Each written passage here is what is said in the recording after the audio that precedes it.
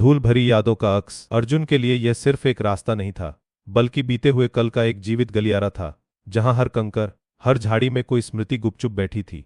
उसको बाद गांव लौटते हुए उसके मन में एक अजीब सी हलचल थी। क्या वह उस पुरानी खुशबू को पहचान पाएगा, या सब कुछ बदल गया होगा? गांव के छोर पर पहुंचते ही सबसे पहले उसकी नजर उसी बरगद पर पड़ी, जिसकी जड़ें जमीन में गहरी धंसकर एक विशालकाय आकृति बनाती थीं। बरगद आज भी उतना ही भव्य था, जैसे समय की हर आंधी को झेलकर अडिग खड़ा हो। बरगद के नीचे एक छोटा सा चाय का खोखा था, जहां रामू काका अपनी जिंदगी का अधिकांश हिस्सा चाय बेचते हुए बिता चुके थे। भी पुरानी खटारा साइकिल, वही धुआं भरी केतली, और वही रामू काका, जिनकी दाढ़ी अब पूरी तरह सफेद हो चुकी थी। रामू काका, अर्जुन ने धीरे से आवाज दी। उसकी आवाज में वर्षों की दूरी और थोड़ा संकोच घुला हुआ था। काका ने सिर उठाकर देखा। उनकी आंखों में पहले तो एक खालीपन था, फिर धीरे धीरे पहचान की एक चमक उभरी। अर्जुन बेटा, रामू काका की आवाज में एक अनकहा विस्मय था। कितने सालों बाद, कहाँ गुम हो गए थे मेरे लाल? उनकी आंखों के कोनों में हल्की नमी उभर आई। अर्जुन मुस्कुराया, एक फीकी थकी हुई मुस्कान। बस काका, जिंदगी की दौड़ में कहीं खो गया था, आज फिर अपनी जड़ों की तलाश में वापस आ गया। दोनों बैठ गए। रामू काका ने तुरंत एक गर्मागर्म चाय का प्याला आगे बढ़ाया, जिसकी खुशबू सीधे अर्जुन के अतीत तक पहुंची। यह सिर्फ चाय नहीं थी, यह उस समय की गंध थी जब दुनिया सरल थी, सपने मासूम थे। अर्जुन ने चाय का एक घूंट लिया। गर्म तरल उसके गले से उतरते हुए उसकी आत्मा तक पहुंच गया, और बरसों का जमा हुआ कोई बांध टूट गया। उसकी आंखों में एक लड़की का चेहरा घूम गया। राधा का। काका, सब कैसे हैं यहाँ? और राधा? अर्जुन ने आखिरकार पूछ ही लिया। उसकी आवाज में एक अनकहा डर छिपा था। रामू काका ने एक लंबी सांस ली, जैसे कोई पुरानी पोथी खोल रहे हों। राधा? राधा तो यही है बेटा, उसने यहीं अपनी जिंदगी बसाई। शादी हुई उसकी, 2 बच्चे हैं। अच्छी बहू, अच्छी माँ है। अर्जुन के दिल में एक अजीब सी कसक उठी। एक तरफ राहत थी कि वह ठीक है, दूसरी तरफ एक अनकहा दर्द कि वह उसकी नहीं है। उसने शहर जाकर अपनी जिंदगी बनाई, राधा ने अपने गांव में। नियति ने दोनों को अलग अलग रास्तों पर मोड़ दिया था। वह तुम्हें याद करती थी अर्जुन, रामू काका ने धीरे से कहा, जैसे हवा में घुलती हुई कोई पुरानी धुन। बहुत रोई थी जब तुम गए थे। हमने समझाया, वक्त के साथ सब ठीक हो जाता है। अर्जुन ने आंखें बंद कर ली। उसे याद आया वह दिन जब वह शहर जाने के लिए निकला था। राधा उस नीम के पेड़ के नीचे खड़ी थी, उसकी आंखें सावन की घटा सी बरस रही थीं। उसने वादा किया था, वह लौट कर आएगा। वह वादा अधूरा रह गया था। शहर की चकाचौंध में, महत्वाकांक्षाओं की दौड़ में वह लौट नहीं पाया था।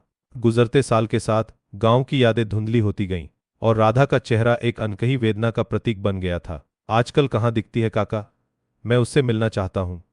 अर्जुन ने हिम्मत करके पूछा। मिलने की जरूरत क्या है बेटा?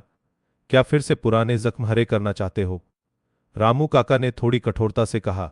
उनकी आवाज में वर्षों की समझदारी और थोड़ा सा उपालम था। नहीं काका, अर्जुन ने विनम्रता से कहा, बस एक बार देखना चाहता हूं कि वह खुश है, अपनी आंखों से, ताकि मेरे मन को शांति मिल सके। रामू काका ने एक पल सोचा, फिर बोले, उसका घर यहीं से थोड़ी दूर है, स्कूल के पास।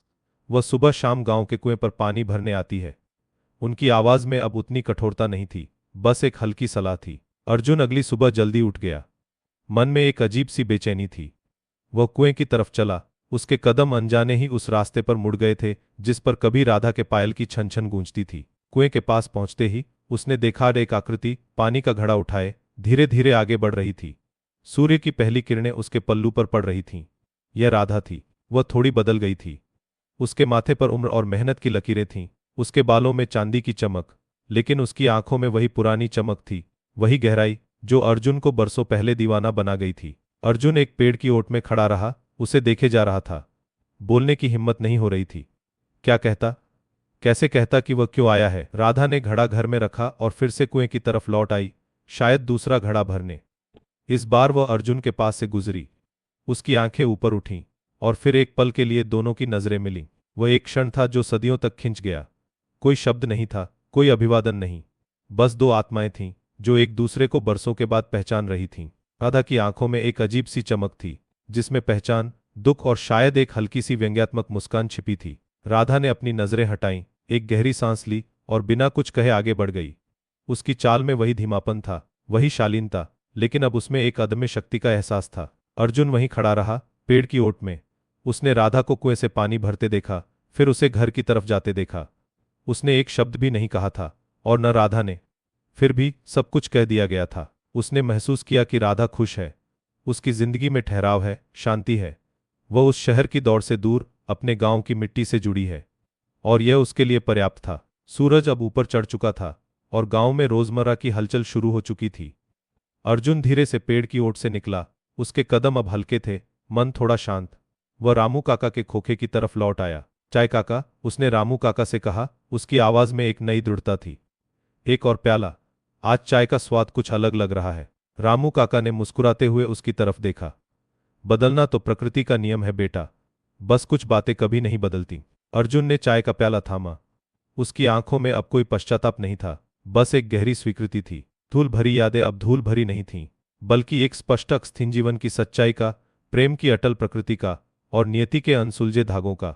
वह जानता था कि वह फिर कभी उस बरगद के पेड़ के नीचे राधा का इंतजार नहीं करेगा, लेकिन उसकी आत्मा में राधा हमेशा उस धूप की तरह रहेगी जो बरगद के पत्तों से छनकर आती है, धुंधली लेकिन हमेशा मौजूद। आपको यह कहानी कैसी लगी हमें कमेंट्स में बताएं और चैनल को सब्सक्राइब करना न भूलें।